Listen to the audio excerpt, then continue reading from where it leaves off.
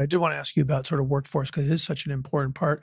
And you said you kind of worked with some of the technical schools to pull some of the CAD people. I'm just curious kind of what you guys, how you think about workforce development. How do you, as the company continues to grow, how are you finding, how you work in the farm system, as it were, to find talent? What's your thoughts on that, PJ, and how are you guys working that? Connecticut's got some good resources. We work pretty closely with UNH and because they're just down the road from us, and Platt Tech also, because they're very close. So if we ever need talent, they're good at providing either interns or putting the word out there for full-time positions.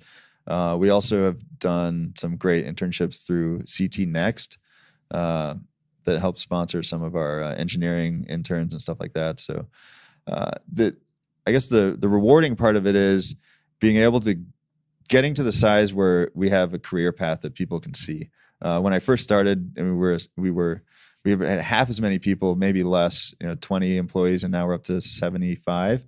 When we had 20 employees, it was kind of a flat structure. Everyone had their job to do, and unless they wanted my job, there wasn't really room for advancement. And now we've grown, and we used to have all our salespeople doing all their own energy audits.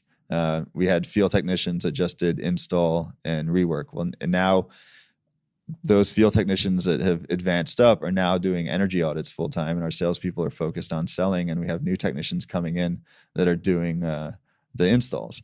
And then we recently, very exciting, moved one of our survey technicians to Chicago to set up a region there.